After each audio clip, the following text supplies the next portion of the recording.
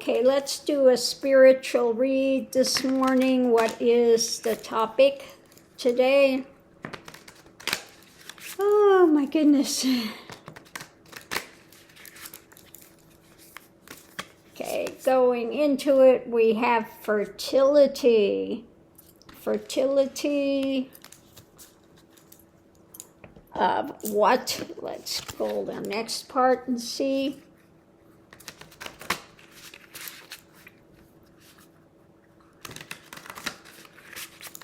Fertility of, okay, dove spirit, be peace. So, birthing peace. Fertility of peace. Okay, we're going to pull our other cards. I think we're going to use this deck. Okay, and let's see what we have surrounding it.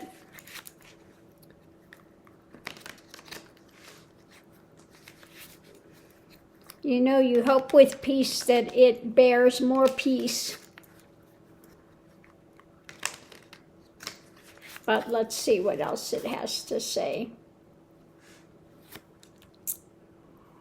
It's about leadership, government, those that you come to for advice, advisories about things being overturned and yeah, kind of hung upside down, okay? So, you know, it's sometimes we get in not easy situations and we want to have something, you know, taking care of it, higher things taking care of it. And we feel like we're just, you know, being sacrificed. We're just hung upside down. Nothing's happening, okay? But we have to continue to see from a different aspect about peace, about being somebody of peace, and that fertility of hoping to, if we are people of peace, that we can again birth more peace, that we can continue to bring that about. I'm going to pull a couple more cards here and see. But be someone that people can come to for aid, for comfort, okay? Sometimes things have to be sacrificed, and sometimes we feel like we are being sacrificial lambs with new things coming forward. But we have to, it's saying, no matter what, we have to continue to hold this line of peace and just continue to do what we can do in the world, no matter how hard it gets. You know, like I try to do this channel and give as much love as I can, as much peace as I can, as much benefit as I can. And no matter how heinous the things are, you know, I don't have any hate for anyone. It's not possible. When you get to realization, that goes out the window. You can feel pity for them. You can really hate what someone is doing, but you cannot hate the person. That goes out. So, you know, try to be somebody that people can come to for advice, and know that while we feel like at this moment things are being sacrificed or your heart's being ripped out of you, you know, basically you have those times where it's just so difficult. Know that if we continue to be peace, then that fertility of that is going to be birthed. It takes time. It does take time. You know, I have coming to mind ones like Martin Luther King. He fought the good fight, and he always preached peace. Now things are changing. It takes a very long time for things to change, but don't give up hope, don't give up, and become radicalized because of these things. Because we have to continue to offer up guidance and get them to see from a different point of view about peace and the fertility. That peace only begets better things, okay? And it's going to take a while, because what's happening now, we have those that want peace, those that want things for humanity. We see everyone as humanity rather than us versus them. And we have to continue in this vein, meeting people where they are, breaking down those stereotypes, breaking down those, if you can befriend somebody, and you find out that they are not these radicalized ones. Now, what just popped in again was this guy who was in prison. He was a white supremacist, okay? Neo-Nazi, skinhead, white supremacist, angry. And when he got out of jail, his PO was a black woman, okay? And he grew to very much respect her. And it broke down the barriers, and he saw that he was vilifying people that were loving, caring people. And so he wound up getting his white supremacist tattoos removed and had a total change of heart. And it's the same thing, sometimes you hear such horrible things about Muslims or whatever, and then if you're actually in the country, you find out they're very hospitable, very welcoming, okay? If you just give people a chance, you will find that they can be very welcoming if they haven't been so radicalized. And we just have to continue to hold that of peace and love and acceptance.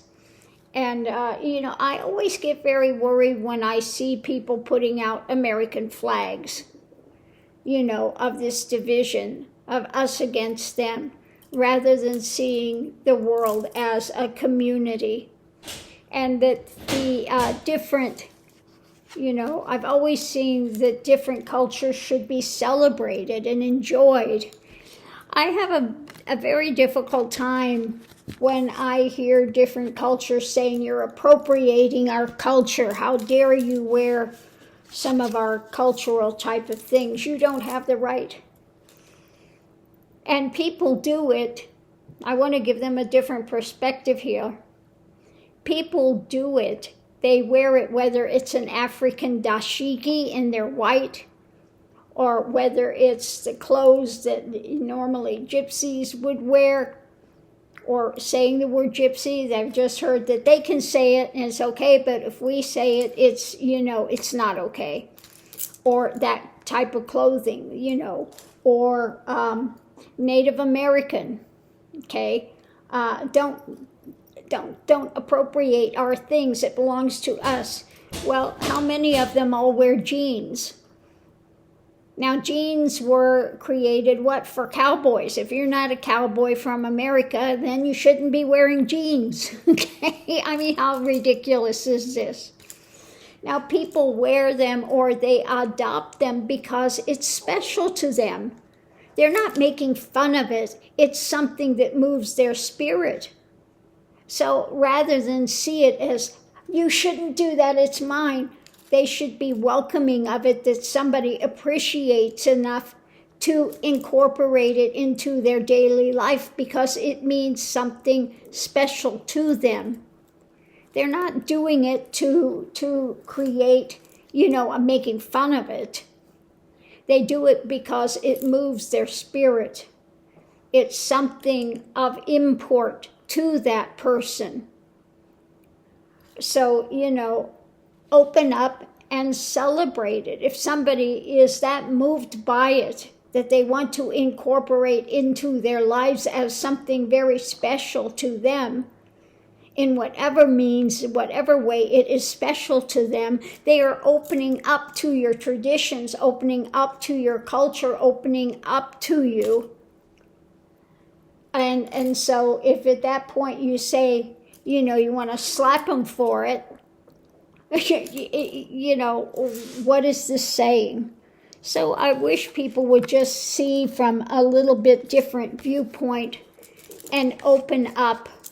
This is for humanity.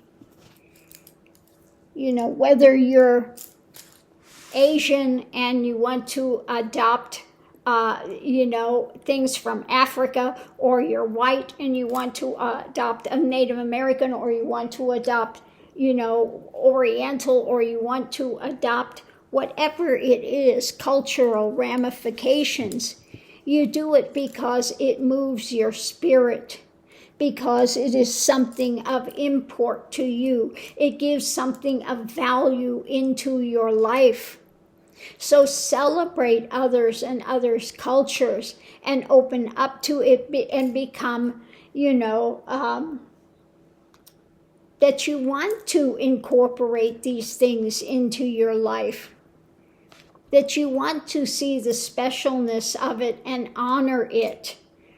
So that's all I want to say today with this, that peace should, let's hope it becomes more fertile and it births more peace, that it births more openness.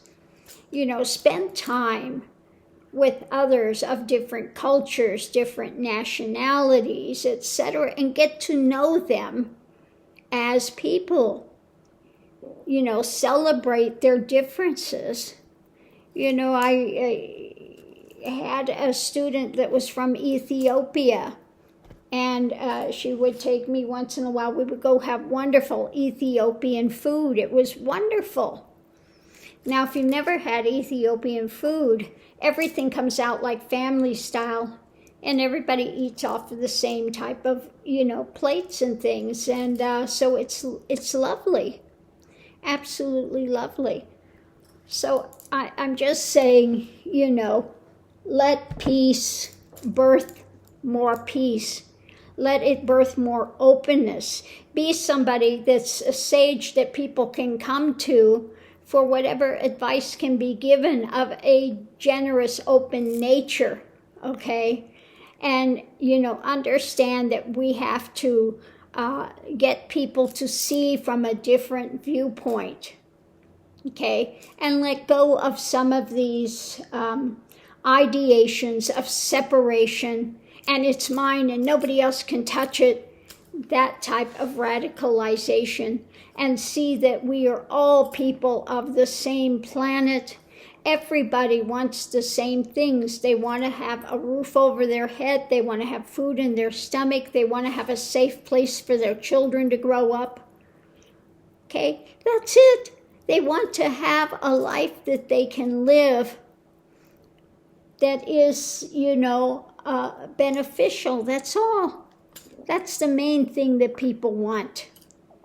And because of greed and anger and angst, we have those few that want to become radical and greedy, and it just causes disruption for so many. It's like the things with Palestinians, it's not Muslim that's the problem. It's the radicalized one. It's not Christianity that's the problem. It's the radicalized element that says in the name of Christianity, but it's not Christianity at all. They're 180 degrees away from what Christ was teaching. Okay? Same thing with the Muslim extremists. 180 degrees away from the real, genuine teachings. Okay? So again, let's be more open to other people, other cultures, and celebrate the differences rather than